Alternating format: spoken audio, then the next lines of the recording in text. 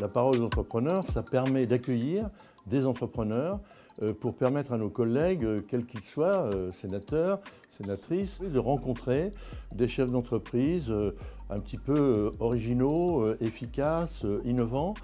C'était le cas ce matin avec Thierry Marx sur le sujet qui nous intéresse à la délégation de la formation et de l'emploi.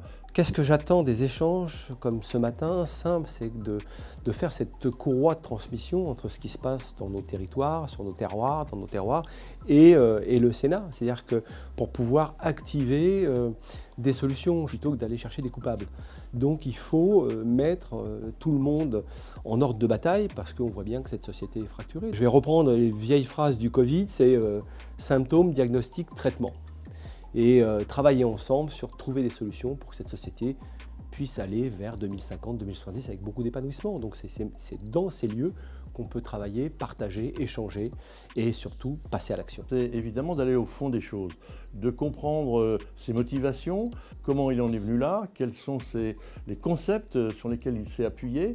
Dans le cas présent, Thierry Marx a été chercher des gens extrêmement éloignés de l'emploi pour en 12 semaines en faire des personnes qui à 90% sont embauchées à la sortie de cette formation accélérée. Donc c'est ça qu'on vient chercher, des recettes pratiques, réussies dans des expérimentations qui vont nous permettre d'illustrer nos travaux. Pour nous aujourd'hui, le Sénat, c'est mettre du temps entre l'émotion et l'action.